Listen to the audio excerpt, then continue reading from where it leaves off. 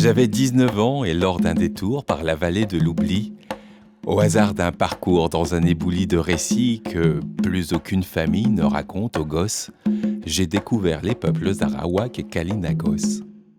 Je suis né à Paris, et pour moi, Guada, c'était l'été, car aux yeux de tous, y compris des miens, j'étais le vacancier. Je suis un francilien né de parents guadeloupéens, d'où ce sentiment quotidien d'être le fils adultérin de deux îles qu'un océan sépare. 8000 kilomètres qui m'obligeaient à un culturel grand écart. Alors, j'ai décidé de combler les trous dans mon histoire, mettre de la lumière dans une identité semblable à la forêt noire.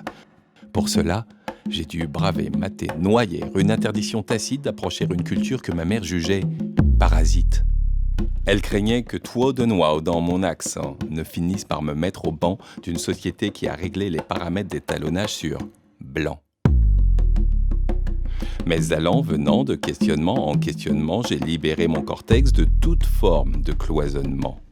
Fréquenté les bancs de l'école de la libre pensée, me suis ouvert au créole et à l'occasion d'une dictée, j'ai rencontré Dédé. Gardien des traditions, il en possède les clés. Plus qu'un conteur, c'est un sage avec lequel il est doux de penser. Au XVIIe siècle, le capitalisme lancé en mode « go fast » a créé un cataclysme pareil à Oedipe épousant Jocaste.